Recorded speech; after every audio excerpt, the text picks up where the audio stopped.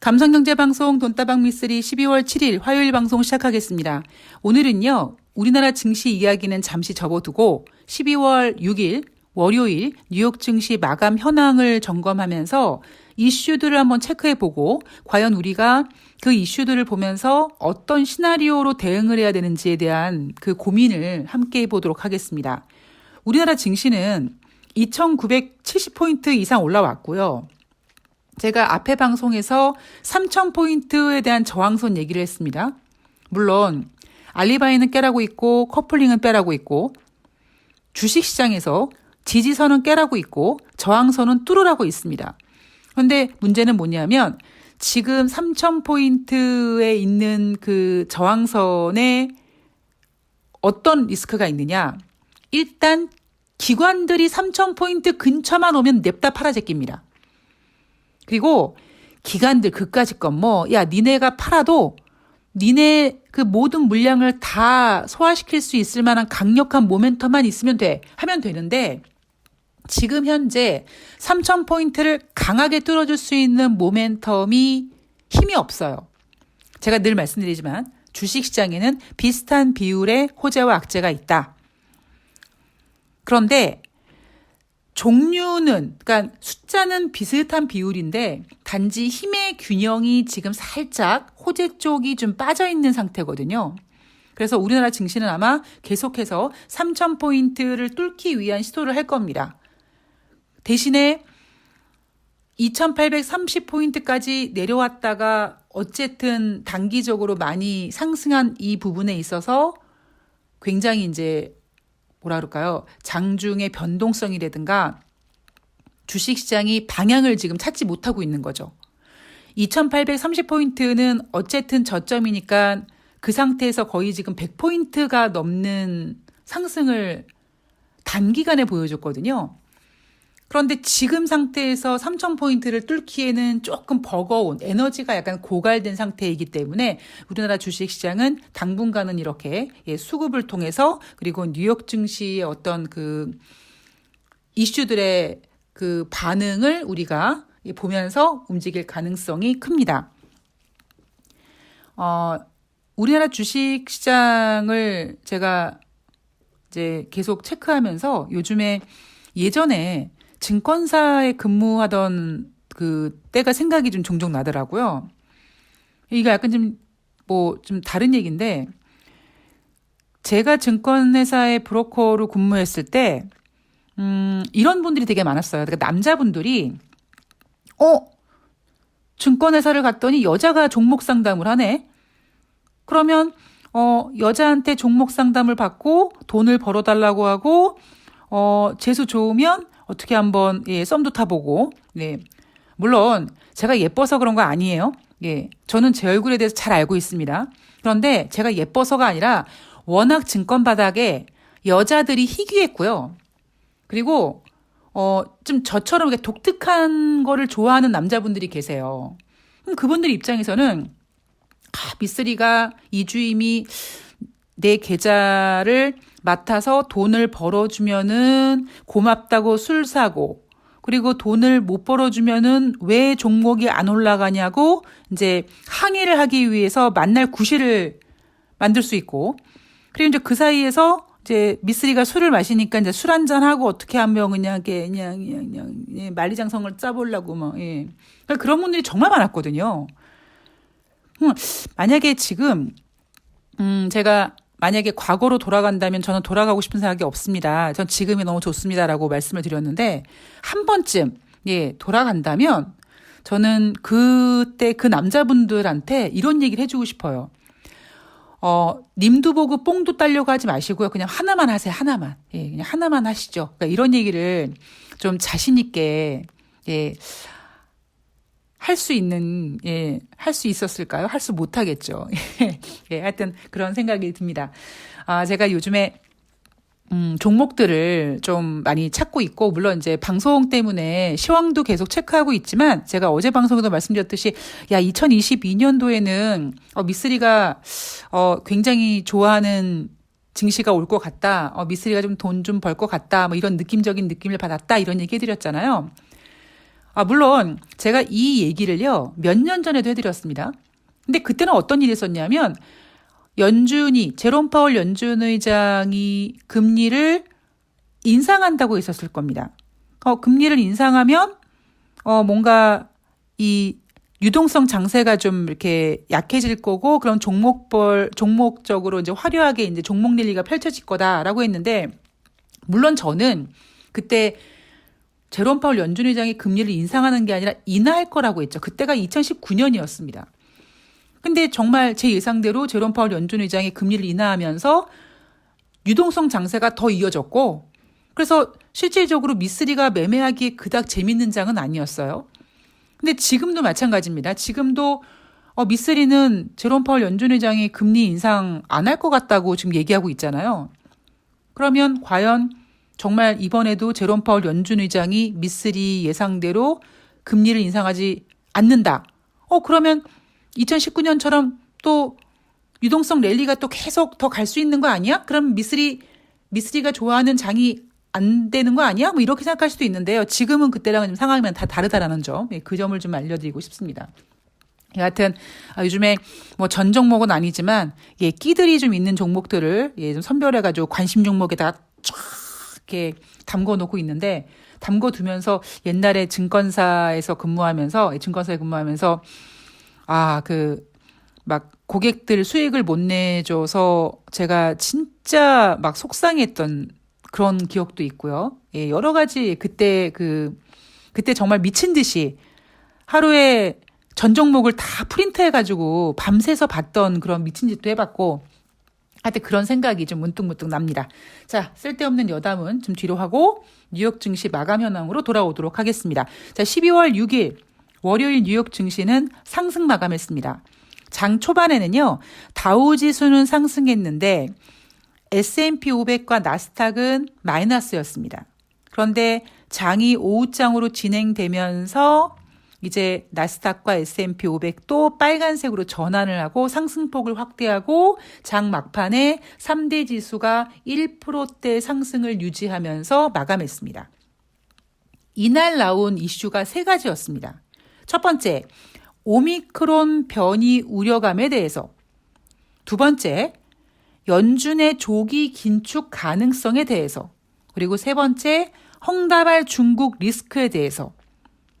그런데 이 세 가지 이슈에 대해서 미쓰리가 그동안 제 생각을 솔직히 다 전해드렸어요. 오늘 뭐 더 이상 제가 할 얘기는 없을 것 같지만, 오늘 제가 그럼에도 불구하고 이 월요일 뉴욕 증시 이슈를 가지고 와서 우리 투자자분들이 무엇을 고민해야 되는지, 어떤 시나리오를 가져야 되는지 한번 생각해 보자고 한 이유가, 사실 다음 주 FOMC의 그 중요성 때문입니다. 자, 하나씩 점검해 보면은요. 우선 첫 번째, 오미크론 변이 우려감에 대해서 보면은요. 이미 오미크론은 이제 주식시장에서 더 이상 뭐 중요한 재료가 아니에요. 주식시장이 오미크론 보고 그까짓 것? 이 정도입니다, 지금. 오미크론의 변이의 심각성이 크지 않을 것 같다. 뭐 전염성은 델타보다 위험하다고 하지만 뭐 그까 있고 뭐 부스터샷 맞고 백신 주사 계속 맞고 하면 되는 거지 뭐. 어차피 우리는 이제 코로나19를 감기 바이러스처럼 인류가 같이 이제 품고 가야 될 거라고 예상하고 있었기 때문에 다행스럽게 델타보다 증세가 약한 오미크론이라면 괜찮을 것 같은데 뭐 이런 분위기가 뉴욕 증시의 상승을 이끈 거죠. 그리고 연준의 조기 긴축 가능성에 대해서는요, 제가 좀 내용을 뒤로 좀 미뤄두겠습니다. 그리고 헝다발 중국 리스크에 대해서 제가 이것도 어제 여러분께 정확하게 얘기해드렸죠. 여러분, 헝다발 리스크, 헝다발뿐만 아니라 다른 중국 부동산 기업이 디폴트를 선언했다. 이게 왠지 연쇄적으로 이렇게 도미노식으로 부도가 날 것 같다. 이런 공포가 사실 굉장히 큰 공포거든요. 그럴 수밖에 없는 이유가 이 중국의 어떤 디폴트 이런 그 공포감이 주는 부담은요. 이꼬르 이거 중국의 금융위기 아니야? 이렇게 이어지다 보니까 중국의 헝다그룹의 뭐 디폴트, 다른 부동산 기업의 디폴트 이런 그 악재가 만만하진 않아요. 그런데 제가 어제 방송에서 그랬죠. 여러분 근데 당분간 미국은 그냥 자기 길을 갈 거라고요. 우리 미국은 있지 뭐 니네 중국 따위가 뭘 해도 우리 뉴욕 증시를 흔들지 못해. 니네 중국 뭐 헝다 뭐 디폴트 되고 뭐 악재이긴 한데 우리 뉴욕 증시는 너무나 견고하고 너무나 대단해서 지금 우리 뭐 하는 줄 아니? 우린 지금 미국 경기가 너무 좋아가지고 걱정이고 가만히 있어 금리 인상을 해야 돼 말아야 돼 이거 걱정하고 있다. 그래서 제가 어제 방송에서 헝다 중국의 어떤 부동산 이런 디폴트 같은 악재들이 뉴욕 증시에서 그렇게 영향을 받지 못할 것이다. 이건 약간 좀 시각의 그 차이가 있는데요. 이런 거예요. 뉴욕 증시는 중국에서 무슨 난리를 해도 그냥 우리는 별로 상관없거든, 됐거든. 우리는 그냥 우리 길을 갈 거거든. 이런 분위기다. 이겁니다. 다행스럽게 지금 헝다발 중국 리스크에 대해서는 중국이 인민은행이 지금 계속 지급 준비율을 인하하고 있고 그리고 중국이란 나라가 가지고 있는 특성, 자본주의 국가가 아니라 사회주의 국가다 보니까 중국 정부가 어이 헝다그룹 일로 와봐. 뭐 다른 부동산 일로 와봐 니네. 니 정신 나간 거 아니야? 똑바로 안 할래? 한번 죽어볼래? 뭐 이런 식으로 이제 중국 정부가 그 기업들을 컨트롤할 수 있다라는 점. 그러면 여러분 자본주의에서는 그게 되게 어렵지만 사회주의 국가에서는요. 정부가 그러는데 정말 할 수 있는 모든 거를 다 해서 해결하려고 할 겁니다. 뭐 예를 들면 자본주의 국가에서는 뭘 하려고 하면 노조가 반대하고 뭐가 안 되고 하지만 사회주의 국가에서는 그게 아니란 말이에요. 그래서 지금 중국이 적극적으로 나서서 헝다그룹의 뭐 실무단을 파견한다든가 여러 가지 지금 액션을 취해서 이 문제를 해결하려고 하고 있습니다. 저는 뉴욕 증시가 상승한 이유가 중국이 뭐 지급 준비율을 인하하고 뭐 중국 지방 정부가 헝다에 실무단을 파견했다 이게 아니라 이것 때문에 올랐다고 생각하지 않고요. 그냥 미국은 중국을 별로 신경 쓰고 싶지 않은 겁니다. 보세요, 여러분. 인민은행이 지급 준비율을 인하하고 헝다에 실무단을 파견한다고 이 문제가 간단하게 끝날 것 같습니까? 그렇진 않아요. 그냥 미국은 중국 때문에 미국이 영향받는 거를 굉장히 자존심 상하게 생각하고 있기 때문에 저렇게 중국의 문제를 아웃 오브 안중이라고 생각하는 겁니다. 자, 그러면 세 번째, 우리 연준의 조기 긴축 가능성에 대한 이야기를 한번 해보려고 합니다. 굉장히 중요하죠? 다음 주에 2021년 올해 마지막 FOMC 회의가 개최됩니다. 그래서 제가 여러분들께 FOMC 회의가 열리기 한 열흘 전에 연준 의원들은 주둥이에다가 자물쇠를 봉합니다. 그래서 연준 의원들이 FOMC 회의에서 투표권을 갖고 있는 혹은 투표권을 갖고 있지 않아도 그들이 뭔가 인터뷰를 하는 내용을 보면서 이번 FOMC에서 이렇게 했구나라는 뭔가 그림이 나와야 되는데 그런 그림을 전혀 우리가 지금 그리지 못한 상태에서 FOMC 회의 전까지 나오는 어떤 경제 지표 그리고 영향력 있는 언론 보도 뭐 베이지북 이런 정도로만 이제 우리가 제롬 파월 연준 의장이 이렇게 한다고 하는데 좀 지켜보자 뭐 이런 생각을 할 수밖에 없는 거죠. 이날 월스트리트 또 내용을 보면은요. 지금 현재 미국은 월 1,200억 달러의 자산 매입 규모를 지금 유지하고 있잖아요. 그런데 기존에 그러니까 제롬 파월 연준 의장이 우리 연준이 이제 테이퍼링을 시작하겠습니다. 그래서 11월 달부터 매달 150억 달러씩 차츰차츰 자산 매입 규모를 줄여서 내년 6월에는 종료하겠습니다. 이런 발표를 앞서서 했습니다. 그러니까 지금 기존의 내용이 이런 거죠.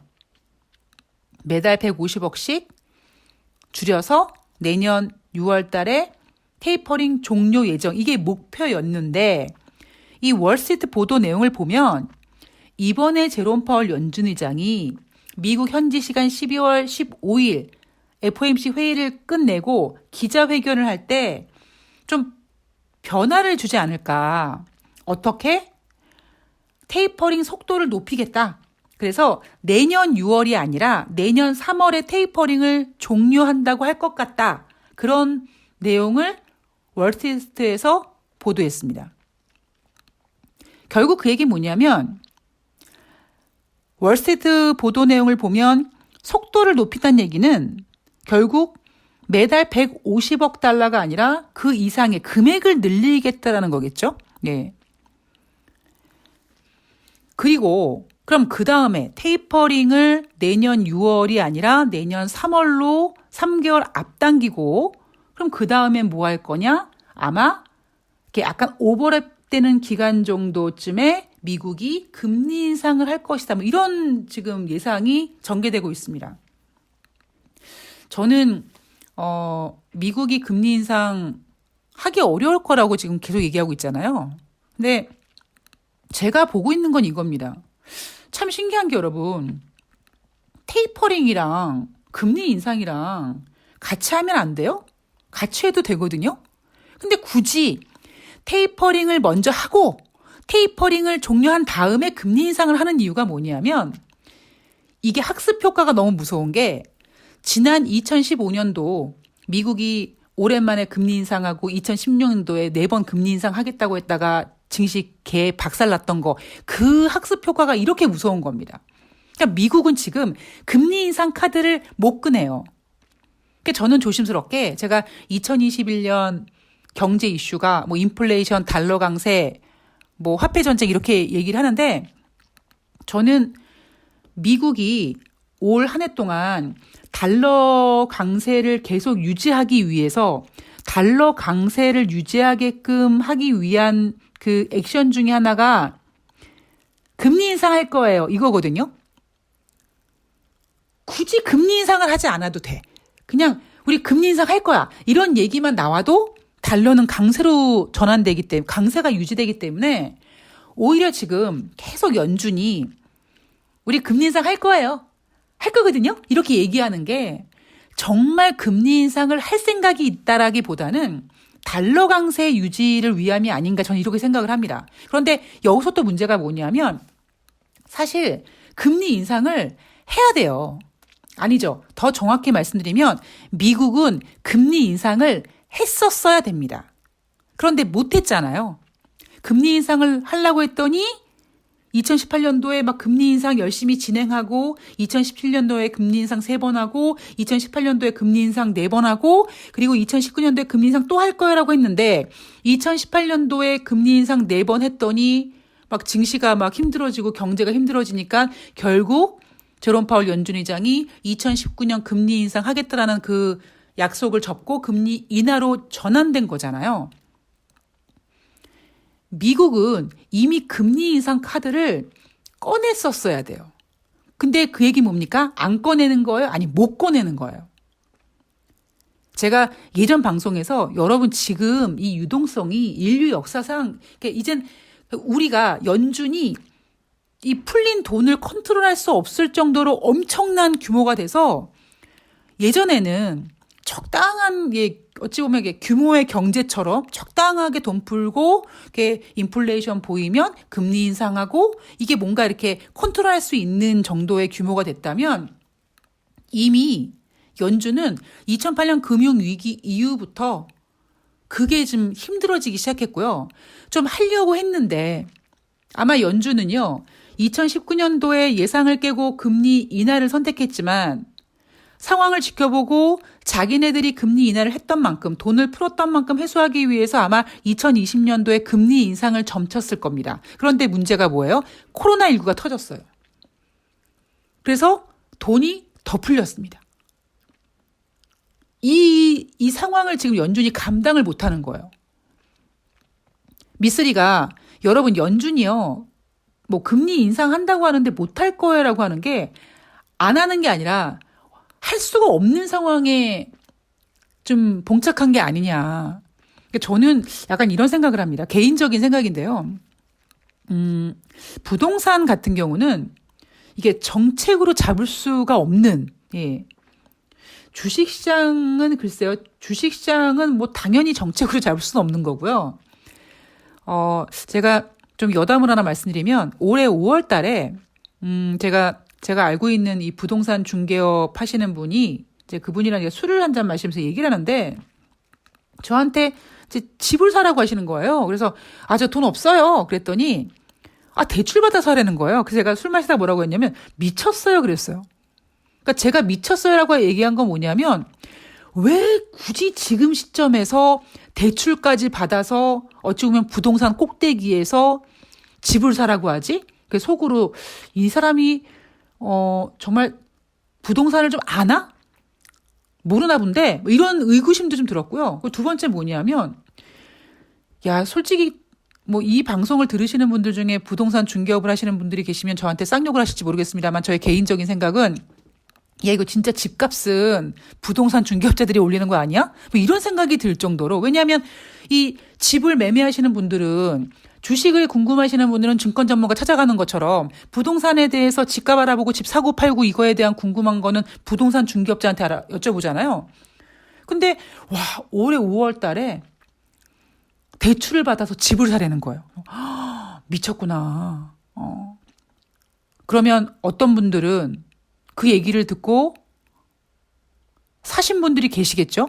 그리고 그때 분위기는 막 더 갈 분위기였죠. 근데 거의 그때가 꼭지 아닙니까?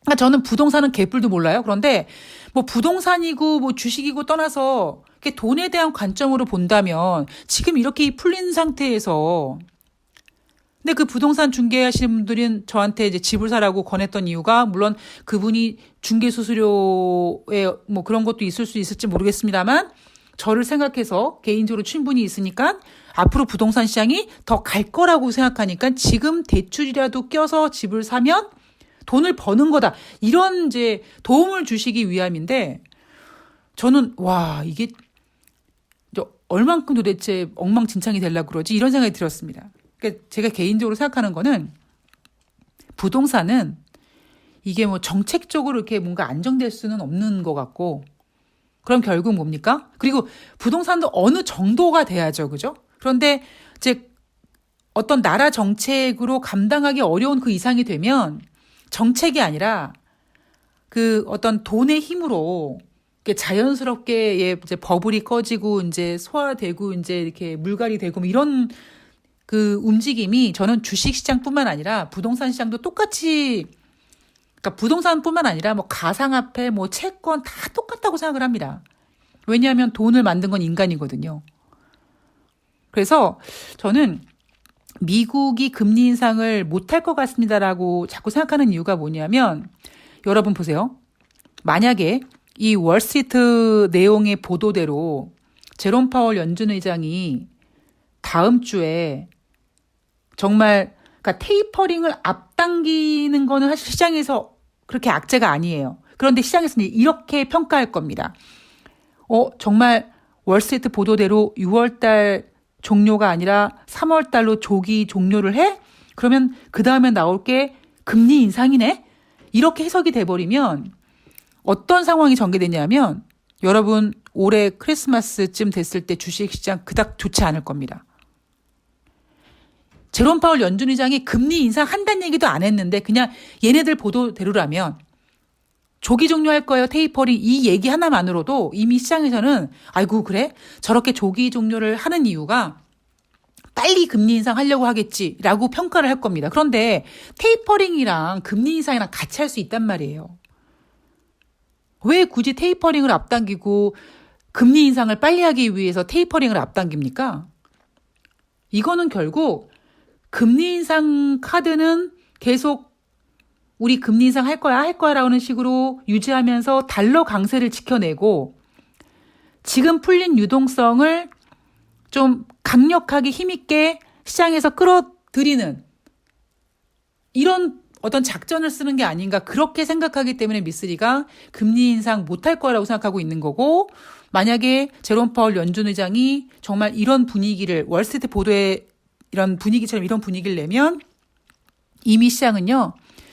제롬 파월 연준 의장이 말도 안 했는데 그냥 금리 인상하는 걸로 그냥 이렇게 그러려니 해버립니다.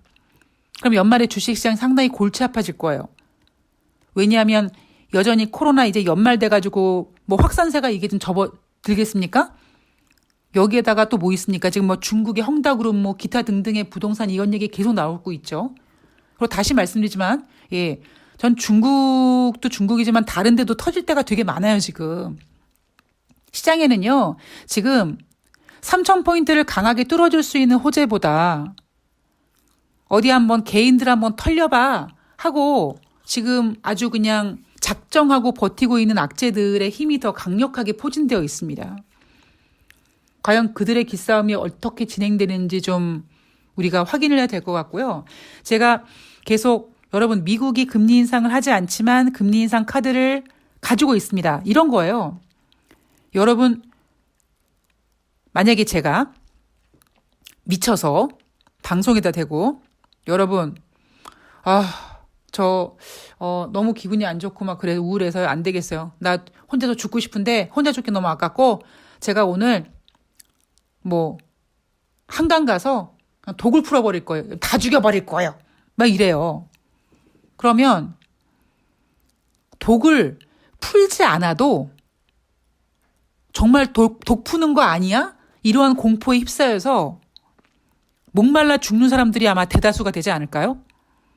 지금 미국이 금리 인상 카드를 꺼내지 않으면서도 계속 금리 인상 할 거야 하는 이유가 정말 금리 인상을 하려고 하는 생각보다 달러 강세를 유지하기 위해서 얘기하는 게 더 크다고 생각하고 그리고 그럼 금리 인상이 필요가 없냐? 아니죠. 미국은 금리 인상을 진작에 했어야 되는데 못하고 있는 겁니다. 지금 여러분 우리나라도 지금 금리 인상 2번 했잖아요.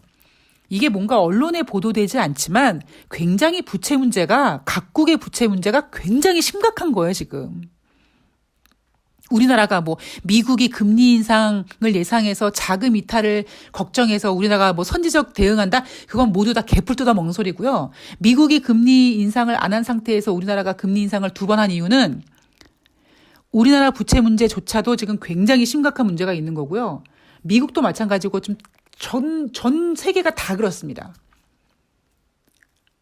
우리가 이런 현실을 좀 냉혹하게 인식하고 그리고 다음 주 과연 제롬 파월 연준 의장이 어떠한 뻘짓을 할지 한번 고려해 보는 것이 우리 투자자들이 앞으로 주식시장이 어떻게 되든 간에 멘탈을 잡고 잘 이겨낼 수 있는 가장 큰 무기라고 생각을 합니다. 네, 오늘은 제가 12월 7일 우리나라 주식시장 이야기는 좀 뒤로 하고 뉴욕 증시 마감 현황을 좀 점검해 보면서 미국의 금리 인상에 대한 이야기를 좀 전해드렸습니다. 여러분들이 물론 제가 정답을 드릴 수는 없지만 제 방송을 듣고 여러분께서 한번 고민해 보세요. 예, 그냥 전문가들이 하는 얘기 어머 저렇게 될 거야. 어머 어떡하면 좋아. 이렇게 하지 마세요. 여러분 지난번에 우리나라 시간으로 토요일 날 뉴욕 증시 하락했을 때 뭐라고 했습니까? 고용지표가 부진해서 하락했다 그랬어요. 제가 뭐라고 했습니까? 고용지표가 부진하지 않았다고요. 물론 노동부에서 발표되는 비농업자 고용자 지수가 예상보다 크게 부진한 20만 명 정도밖에 나오지 않았습니다만 9월달 지표, 10월달 지표가 기존에 발표됐던 것보다 훨씬 좋게 상향 수정됐고요. 무엇보다 12월 3일 발표된 고용지표는 실업률이 얼마큼 줄어들었습니까? 4.6%에서 4.2%로 줄어들었습니다. 근데 뉴욕 증시가 하락하니까 뭐라고 전문가들이 얘기합니까? 고용지표가 부진해서 뉴욕 증시가 하락했다고 하는 정신당한 소리 하고 있는 거예요. 그럼 여러분들은 정확한 내용도 모르고 12월 3일 뉴욕 증시가 하락했는데 고용지표가 부진했대. 부진한 게 아니었다고요. 좋았다고요. 근데 그때는 부진하다고 하다가 지금 또 나오는 얘기 뭐냐면 월스트리트가 제롬 파월 연준 의장이 이렇게 테이퍼링을 앞당기고 뭐 그다음에 금리 인상 할 것 같고 이런 시나리오를 쓰는 이유가 뭐냐면 12월 3일 날 발표된 고용 지표가 좋았기 때문이다라고 얘기합니다.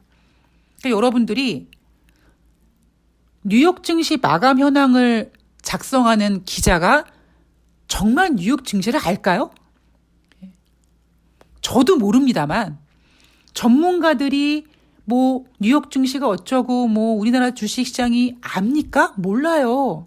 당장 여러분 2830포인트 갔을 때 당분간 변동성 장세 뭐 2700 간다고 떠들어댔던 사람들이 그들입니다. 그러니까 누굴 믿으세요? 그러니까 여러분들은 팩트를 수집하시고 그 팩트를 이리 생각해 보시고 저리 생각해 보시고 이리 아이디어를 굴려보시고 저리 시나리오를 한번 써보시는 여러분들만의 그런 경제 관점이 굉장히 필요한 시점입니다. 저도 많이 부족하지만 여러분들과 함께 이 험난한 길을 한번 지혜롭게 갈 수 있도록 노력해 보아요. 저는 오늘 방송은 마치고요. 전 다음 방송에서 뵙도록 하겠습니다. 고맙습니다.